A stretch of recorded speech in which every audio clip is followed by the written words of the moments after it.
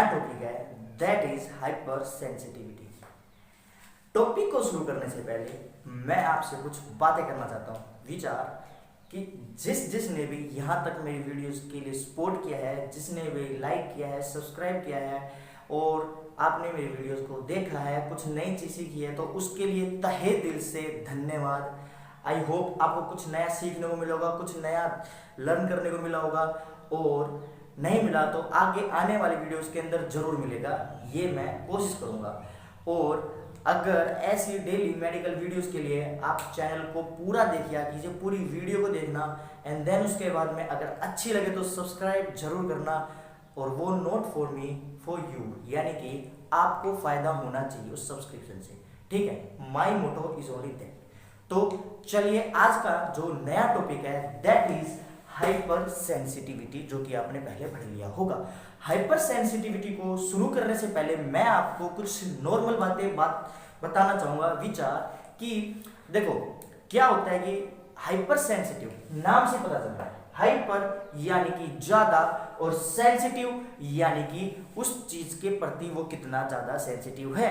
Normal जो अपन society के अंदर रहते हैं तो लोग कैसे बातें करते हैं भाई, ऐसे तो बोलते हैं कि भाई इस इंसान को आप ज्यादा परेशान ना कीजिए, ही इज सेंसिटिव, यानी कि ये जल्दी रोने लग जाता है, जल्दी एक्टिव हो जाता है, जल्दी किसी चीज से पर्टिकुलर कोई इंसान अगर सेंसिटिव हो जाता है तो उसे हाइपर सेंसिटिव पेशेंट कहा जाता है या पर्सन कहा जाता है, ठीक है। यानी कि अगर अपन किसी डस्ट पार्टिकल के अंदर जाते हैं, डस्ट एनवायरनमेंट के अंदर जाते हैं और उसके अंदर सफर करते हैं, तो उसकी वजह से जैसे अगर नॉर्मल इंसान है वो तो उसके अंदर तो हाइपर सेंसिटिव नहीं होगा, वो तो नॉर्मली आ जाएगा उस सिचुएशन से। लेकिन अगर कोई इंसान उस डस्ट पार्टिकल्स के खिलाफ सेंसिटिव है और थोड़ा ज्यादा सेंसिटिव है तो उसके अंदर फिर रनी नोज और फिर सांस लेने में डिफिकल्टी आने लग जाती है, डिस्निया लाइक सिचुएशन होने लग जाती है।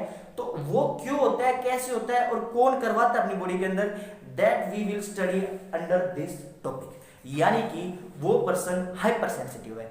सेंसिटिविटी किसी भी इंसान या फिर भाई ऑब्वियस बात है, जो इरिटेट करता है वो इंसान हो तो वो भी सेंसिटिव हो जाएगा कभी ना कभी। तो बाकी किसी एनवायरनमेंट से, किसी भी ड्रग से, किसी भी अदर पर्टिकुलर सिचुएशन से where he is feeling irritable, uncomfortable in that particular situation. So शुरू करते हैं हाइपर सेंसिटिविटी, यानी कि कोई इंसान किसी चीज को लेके ज्यादा सेंसिटिव हो जाता है, that is known as hyper sensitivity. Hyper sensitivity यानी कि हाइपर मींस ज्यादा and sensitive means, sir sensitive obvious बात है भाई, सेंसिटिव है ज्यादा, उसके खिलाफ मतलब नॉर्मली उसके साथ में सेंसिटिव है, ठीक है। तो ये है हाइपर सेंसिटिविटी। हाइपर सेंसिटिविटी के बाद में कितनी तरह की होती है, क्वेश्चंस पूछे जाते हैं इसमें से, डायरेक्ट क्वेश्चन पूछे जाते हैं कि भाई ये जो सिचुएशन है ये कौन सी हाइपर सेंसिटिविटी होती है। तो आप आज अपन पढ़ते हैं these have 4 types of hyper sensitivity, यानी कि there are 4 types of hyper sensitivity, ठीक है। अब आप बोलोगे सर कौन सी होती है, चलो उस पर भी डिस्कस कर लेंगे। देखो मैं बोलूंगी टाइप 1, टाइप 2, टाइप 3, टाइप 4, तो ये भी होती है, ठीक है। लेकिन इनके पर्टिकुलर नाम है, ऐसे तो हर कोई याद रख लेगा कि type 1, type 2, type 3, type 4, but इसके भी सब टाइप है, यानी कि सब टाइप मतलब इसके जो अनदर नेम है, ठीक है। जैसे कि आपको अगर मैं बताऊं, आपको 4 बताए मैंने, आप खाली आई see and your hyper sensitivity खत्म, यहीं पे बस आपको क्या याद रखना है, आपको सिर्फ ये याद रखना है कि I see and your hypersensitivity topic will completed. कैसे मैं बताता हूं, आपने यहां तक लिख लिया। अब आगे शुरू करते हैं जो कि है अपना टाइप 1 हाइपर सेंसिटिविटी, यानी कि टाइप 1 हाइपर सेंसिटिविटी। मैंने बताया था आपको आई सी, जिसमें से जो फर्स्ट आई है that is immediate hyper sensitivity. What is that? Immediate hyper sensitivity. याद रखना क्या होता है इसके अंदर, इमीडिएट हाइपर सेंसिटिविटी मीन्स कोई भी चीज इमीडिएटली एक्शन करना, यानी कि आप कोई सिचुएशन के अंदर गए, किसी के अंदर जहां पे डस्ट पार्टिकल्स बहुत ज्यादा थे, ऐसे एनवायरनमेंट के अंदर गए, उस एनवायरनमेंट में तुरंत आपके बॉडी के अंदर एक्शंस आए, तुरंत उसके अंदर फिजियोलॉजी के अंदर एबनॉर्मलिटी आई, चेंजमेंट आया, पेशेंट को ज्यादा लंबी लंबी सांस लेने की जरूरत पड़ रही है, डिफिकल्टी हो रही है सांस लेने के अंदर, रनी नोज हो रही है, ब्रोंकियोस्पाज्म हो रहा है, तो ये जितने भी साइन सिम्टम्स आते हैं वो किसके अंदर आते हैं? That is immediate hyper sensitive, यानी कि तुरंत कौन स्टिमुलेट करता है? आईजी ये इम्यूनोग्लोबुलिन करता है स्टार्ट, जो कि एनाफिलाइटिक रिएक्शन के लिए जिम्मेदार होता है, यानी कि immediate sensitivity related to the anaphylactic reaction caused by the IgE antibody, ठीक है, आईजी इम्यूनोग्लोबिन, इसके द्वारा जो शुरुआत की गई रिएक्शन को इमीडिएट हाइपर सेंसिटिविटी रिएक्शन कहा जाता है, एनाफिलाइटिक रिएक्शन कहा जाता है, ठीक है। जैसे कोई अस्थमा का पेशेंट है, ठीक है, अस्थमा का पेशेंट है, या फिर ड्रग एलर्जी, ठीक है, आपने किसी पेशेंट को आईवी ड्रग दिया और पेशेंट के तुरंत हाथ के ऊपर सूजन आने लगी, एडिमा हो गया, हाइव्स हो गई, यूरिटिकारिया हो गया, so these types of reactions mainly seen in the immediate hyper sensitivity. याद रखना, जो तुरंत हो जाती है लगाते के साथ में विद इन मिनट्स के अंदर, that is related to the anaphylactic reaction, immediate reaction and IgE mediated होती है। ये हो गया type 1 hypersensitivity. And the second which is type 2 hypersensitivity कौन सी होती है मैं बताते हैं। इसके अंदर टाइप 2 हाइपर सेंसिटिविटी होती हुई है, इसके अंदर कौन सी होती है? यहां पे मैंने बताया था आई, अब एक और सी लेंगे, तो second one is cytotoxic hyper sensitivity. Cytotoxic hyper sensitivity, इसके अंदर क्या होता है सर? इसके अंदर आपने किसी पेशेंट के ब्लड ट्रांसफ्यूजन किया, ब्लड ट्रांसफ्यूजन की वजह से क्या होगा?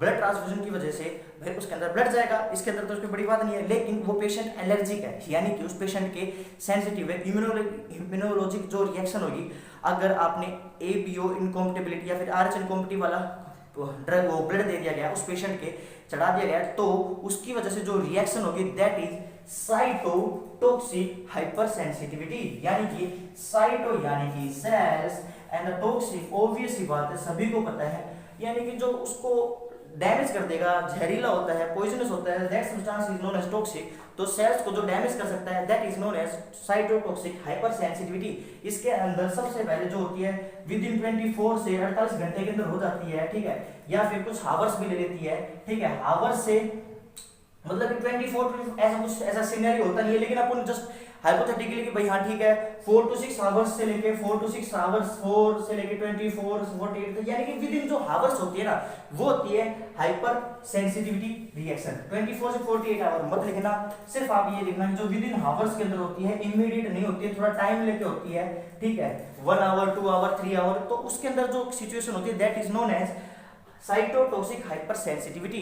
साइटोटॉक्सिक हाइपर सेंसिटिविटी के अंदर सर ब्लड रिएक्शन आ जाती है, सर ब्लड ट्रांसफ्यूजन रिएक्शन, ठीक है, ब्लड ट्रांसफ्यूजन रिएक्शन आती है, और इसके अंदर अर्थ्रोब्लास्टोसिस फिटलिसिस होती है। अर्थ्रोब्लास्टोसिस आपने पढ़ी होगी, बीमारी होती है, बच्चे के अंदर होती है, आरएच इनकॉम्पेटिबिलिटी हो जाती है, तो वो सारा सब कुछ इसके अंदर आती है।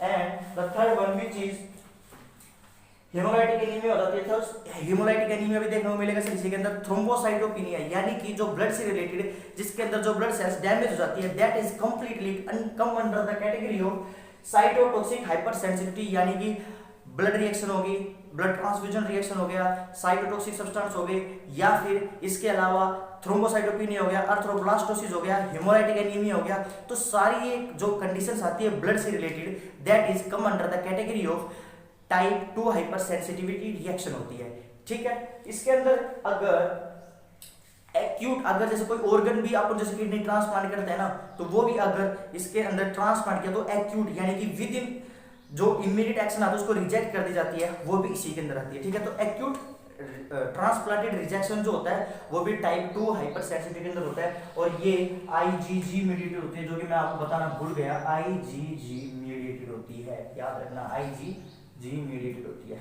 ठीक है, ये याद रखना, ये था इसका important point. Third one which is ये हुआ, देन उसके बाद में सर जो थर्ड हाइपर सेंसिटिविटी होती है विच इज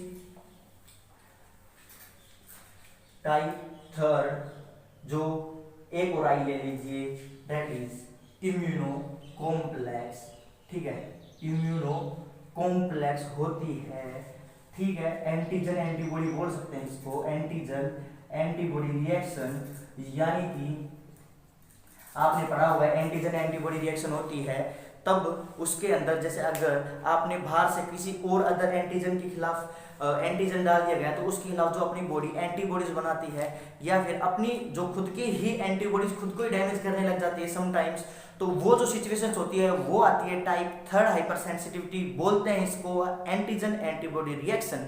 क्या बोलते हैं? Antigen antibody reaction. किसको बोलते हैं? टाइप थर्ड हाइपर सेंसिटिव को बोलते हैं। और इसके अंदर जो रिएक्शंस होती है उसके मैं एग्जांपल बोल देता हूं और समझा भी दे देता हूं, दैट इज सीरम सिकनेस, ठीक है, सीरम सिकनेस एंड ठीक है, सीरम सिकनेस होती है, और इसके अंदर और होती है सर सीरम सिकनेस होती है और अर्थस रिएक्शन होती है, ठीक है, अर्थस रिएक्शन, ठीक है। और इसके अंदर क्या होता है सर? अर्थस रिएक्शन होती है ग्लोमेरुलर नेफ्राइटिस।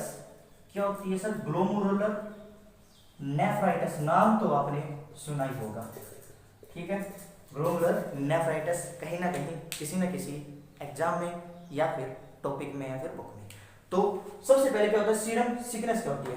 देखो, आपने किसी पेशेंट का को अगर प्लाज्मा दिया या फिर कोई सीरम दिया, एंटी सीरम दिया, यानी कि खुद का तो सीरम होता है, बाहर से किसी भी नॉन ह्यूमन यानी कि किसी एनिमल सोर्स से एंटी सीरम उसकी बॉडी के अंदर इंजेक्ट किया, वो क्या करेगा?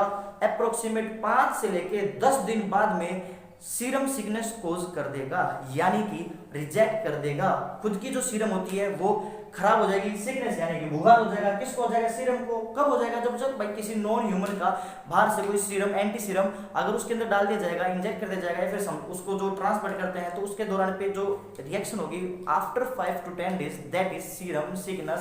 And the second thing which is and earth's reaction. Earth's reaction क्या होती है? देखो भैया, एंटीजन एंटीबॉडी रिएक्शन हुई, ठीक है, एंटीजन एंटीबॉडी रिएक्शन हुई, और वो रिएक्शन, वो एंटीजन एंटीबॉडी जो प्रोडक्ट्स होंगे वो कहाँ डिपॉजिट हो जाएंगे सर? एक 4 लेयर होती है किसी भी एक पर्टिकुलर उसकी ऑर्गन की, that is mucosa, submucosa, muscularis and serosa. तो सिरोसा जो आखिरी होती है वेस्कुलर लेयर होती है, उस लेयर के अंदर जो एंटीजन एंटीबॉडी रिएक्शन के अंदर सर जो डिपॉजिट हो जाएंगे उसके ऊपर, जिसकी वजह से जो रिएक्शन होगी that is known as Arthus reaction. Like जैसे पेरिकार्डियम, पेरिकार्डियम के अंदर अगर एंटीजन एंटीबॉडी रिएक्शन हो रही है उसके ऊपर डिपॉजिट हो जाएंगे। अच्छा, इसके अलावा द सेकंड थिंग जो कि इसके ऊपर डिपॉजिट होंगे, इनमें जैसे ग्लोमेरुलाई होती है, ठीक है, उसके ऊपर डिपॉजिट हो सकती है। साइनोवियल जो कैविटी होती है, साइनोवियल, उसके अंदर डिपॉजिट हो सकते हैं। प्लूरल जो कैविटी होती है around the lungs, that is उसके अंदर डिपॉजिट हो सकते हैं। तो ये थी सारी रिएक्शन। ग्लोमेरुलर नेफ्राइटिस है, ऑब्वियस बात है भाई, जो ग्लोमेरुलर का जो स्ट्रक्चर होता है अपने नेफ्रॉन के अंदर वो डैमेज हो जाएगा, उसका इन्फेक्शन हो जाएगा, उसका इन्फ्लेमेशन हो सकता है, तो उसकी वजह से वहां पे डिपॉजिट हो जाएंगे। तो ये जितने भी अपने पास में जितने भी रिएक्शंस आ रही है, these are come under the category of immune complex reactions, ठीक है। The fourth but not the least last, that is एक और सी, ठीक है। कौन सा सी सर? ये आई ले लिया गया था इम्यून कॉम्प्लेक्स, अब आ जाते हैं सी, यानी कि सेल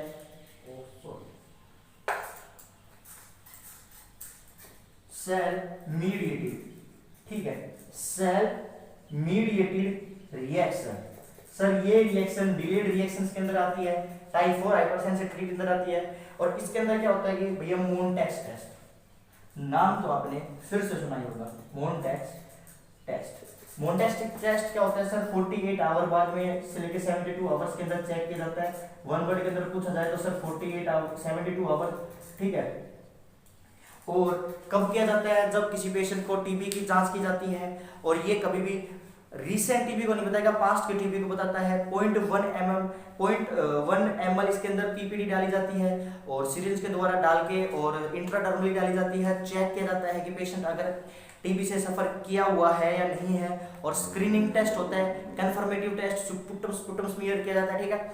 और अगर इसका 0 से लेके 5 तक अगर जो इसका mm होता है, that is patient the result will get negative. अगर 5 to 9 mm कार है, जो उसकी इंड्यूरेशन होती है, इंड्यूरेशन मतलब कि जो उसकी जो एक पर्टिकुलर फिरनेस होती है ना वही की एरिया की जो स्वेलिंग हो जाती है, तो वो अगर 5 mm की आ रही है जब तो नेगेटिव है, 5 से 9 तो ससेप्टेबल है, और अगर 10 से अबव आ रही है तो पॉजिटिव है। ठीक है, मोन्टेस टेक्स्ट का पॉजिटिव आ रहा तो वो क्या, फिर उसके बाद में एटीटी शुरू की जाती है, एंटी ट्यूबरकुलर ड्रग होती है जिसके अंदर आइसोनियाजाइड, रिफाम्पिसिन, पायरेनिमाइड, इथाम्बुटामोल और स्ट्रेप्टोमाइसिन जो ड्रग होती है, first line drug that is used to treat the, इसके अंदर, और इसके अंदर डिलेड रिजेक्शन भी आती है। टाइप सेकंड के अंदर तो डिलेड एक्यूटली रिजेक्ट किया जाता है ऑर्गन को, इसके अंदर जो डिलेड रिजेक्शन होती है, शुरुआत में आपने किडनी ट्रांसप्लांट कर दी एंड देन उसके बाद में थोड़े दिन तक तो काम किया, लेकिन उसके बाद में अपनी बॉडी ने उसको रिजेक्ट कर दिया किडनी को जो कि ट्रांसप्लांट की गई थी फ्रॉम समवेयर डोनर, तो उसको रिजेक्शन को क्या कहा जाता है, उस रिजेक्शन को कहा जाता है टाइप 4 हाइपर सेंसिटिविटी रिएक्शन। तो आई होप आपको इस ट्रिक को याद रखना, आई सी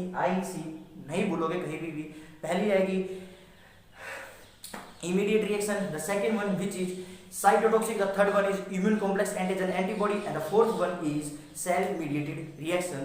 आई होप आपको ये वीडियो के अंदर आसान तरीके से समझने के लिए, कुछ नया सीखने के लिए मिला होगा, और ऐसी इंटरेस्टिंग वीडियोस के लिए आप मेरे चैनल को सब्सक्राइब कर सकते हो, और वो सब्सक्रिप्शन आप अपने लिए करना, आपका फायदा देखना, मेरा फायदा बाद में देखना, मेरा तो हो ना हो बट आपका होना चाहिए। ठीक है, और ऐसे ही मेरे लाइक वीडियोस को पूरा देखा कीजिए कि आपको पूरा कंप्लीट टॉपिक समझ में आए, और आप मेरे को मेडिकल साइंस पे इंस्टाग्राम पे फॉलो कर सकते हो, वहाँ पे मैं नॉर्मल जो शॉर्ट वीडियोस होती है वो भी डालता रहता हूँ।